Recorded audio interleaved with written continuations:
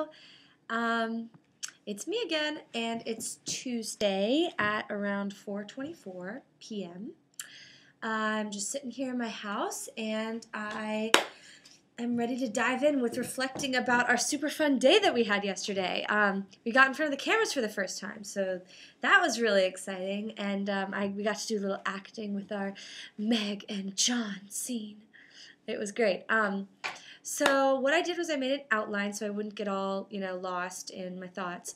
So what I wanted to talk about was mainly what I read in the book, in the acting section part 2, which was talking about, the differences between stage and film acting, and how in stage acting it's a lot more presentational, and you really have to make sure that there's a relationship between you and your audience and there's a give and take there. But on film, there's more of a just relationship with you and the camera. And this camera really pretty much looking into your eyes and seeing into your thought process more so than your physical appearance.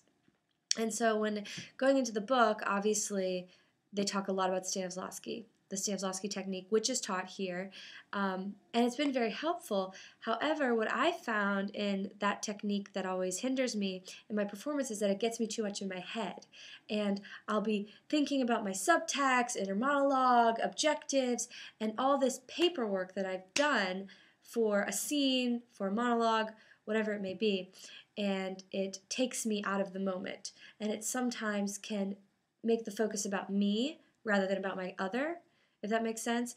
As in, I'll be going through, like, what did I write down here, and what is my intention at this moment, rather than simply being in the moment and being present with my partner. Now, I know that's something I've had to work on, and I've learned that letting all that go, doing the work, and kind of trusting myself and allowing myself to let that analysis go and just believe that it's in my body has been pretty freeing. But a lot of times, like, it all just gets in the way, and I'm like, oh, substitutions, this, all these components that compile, which when I come to think about it, it probably does make it look like my brain is working very fast and that I'm concentrating on something, which might make, for film, maybe that would bring my eyes to life in some way, that it really looks like I'm processing and I'm making the choice between the two things and all that stuff. So maybe that's why. But that's something I want to explore, is how you can let go and be in the moment while still being aware of all the things that you have done as far as homework goes when preparing for a scene or something. So how can you keep from getting in your head? That was one question I had. And some of the exercises in the book I found very interesting, like exercise on role playing and character in life, and the idea that you have your I, which is like the overarching essence of yourself, and within that you have all these different me's that adjust based on what circumstance you're in or what social environment, that sort of thing. And I found that very interesting because it is true. When I'm in a classroom, I act differently than when I'm at home, like hanging out with my roommates. And I lost my train of thought. Oh, right. So having that in mind when approaching a character, I thought it was a very, good observation to think about a character you're portraying as just another me in your eye, and that you find that different version of yourself so that you can truly live in that character, become that character as just another version of yourself that is simply living in front of a camera. And I thought that was very, very helpful. It goes along with what we're always told in class or in a show, is never to judge your character. You have to be able to relate to them and really accept their world. And so that's something that has always been kind of difficult for me, especially when playing difficult parts or approaching difficult monologues. I remember this semester I had to perform a monologue in which a woman has just lost her baby, and she is at the end of the play and totally broken and just standing there saying, I have nothing left, and my husband wished this upon me, and he sent me away, and he doesn't, give a fuck about me, basically. but she's a very vulnerable and weak person, and I had trouble connecting to that. And what's interesting is I didn't do as much critical analysis as Stanislavski technique would have required.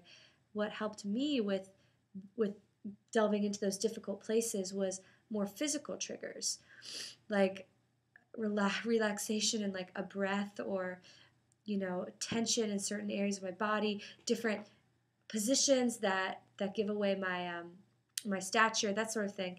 And so I wanted to explore more how those physical techniques can play into film that I use in theater.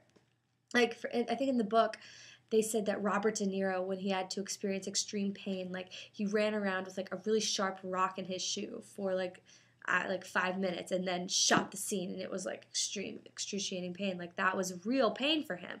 Now I'm not saying that that's the suggested method, but I certainly would like to think more about what actors do on film in the moment when they have to cry time after time after time on set. Like, cut, all right, we're going to jump back into that. Like, I need you to cry, like, right now. How they do that, how they just, like they just,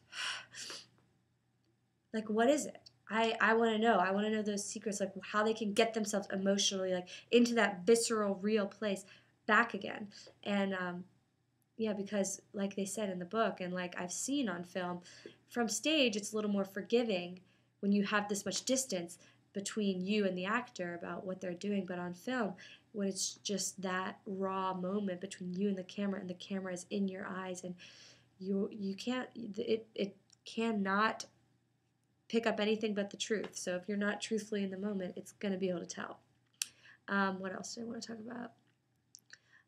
Intellectual must, oh yeah, that how if you're being intellectual, then your mind's working and the camera will pick up on that, and it'll pick up the sense that it can't tell what you're thinking, but it can tell that you are thinking, and that you are going through some sort of process, which is what we do naturally.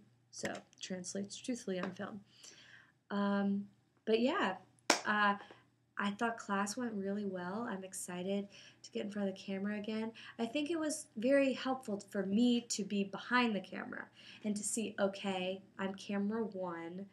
This is how I set, this is how I focus, and the actor is supposed to be looking my direction on this certain line. And as an actor, that tells me, going through and being like, okay, camera one, medium shot, camera one, close up, camera three, wide shot, stuff like that is really important, and like being able to hit your mark, I found was a really interesting way to motivate the scene, because it's like, well, they want me to be here for this shot. How am I going to motivate that as an actor? Like, does she move away because she's like, oh, I don't want to deal with him, or is she nervous? Like, what am I going to say next? It's exciting. It gives you another thing to play with about why your character does the way that why your character does the things she does. He does, but yeah, I'm just really excited for class next week in Glass Menagerie. I think it's going well. I'm a little nervous just because it's such an iconic play, and there's a lot going on in that scene, and it's shot live. I just got to meet with my group some more, and we'll figure things out. But I'm excited for next week, and yeah, that's it. Bye. Okay, so I made a list, and it actually made me talk twice as long as last week. I guess it's because I have more to reflect on because we've done more. But, okay, physically, I seemed a lot more relaxed now in that last video than I did last week. And I think it was because I made an outline, and because I wasn't searching for words, because it wasn't at the end of the day and I was tired, etc. That really helped me focus what I was going to say and get the words out, articulate better. Yeah, I noticed that I do look up a lot when I'm thinking. My eyes are always looking up, and I do talk with my hands still, but I didn't find it particularly distracting. There were times when they would come up here, or they would come out here too much, but for the most part, I think that my animated motions could be dialed back a little bit. I might have to get a second opinion on that, because I didn't find them overly distracting, but maybe on film, like in class, they might be. I don't know. like I just did now, when I'm switching topics, I take a breath, I move back. Sometimes okay, group, break, do that kind of thing. I thought lighting in here was a lot better than last week.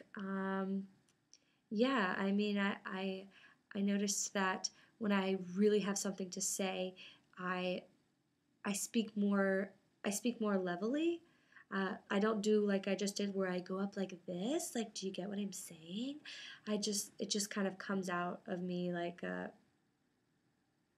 roll, like it's on a roll. I don't know how else to describe it.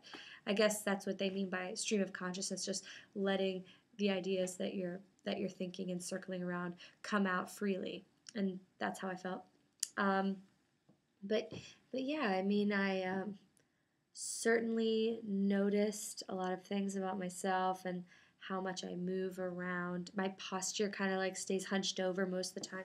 I don't really stand up straight and kind of deliver things this way. I'm more like my legs right now are like this, like I'm basically like in a pretzel, all like squinched up and stuff, trying probably because it's cold in here, but yeah, that's what I noticed, and trying to make this shorter than the last one, which was 8 minutes. I guess I just had a lot to say. Oops. But yeah, I'm looking forward to next week, and I'm going to continue in my video responses to work on relaxing more, maybe put myself in a different environment. Maybe I'll do it standing up next time, laying down. Who knows? All right, well, see you next week.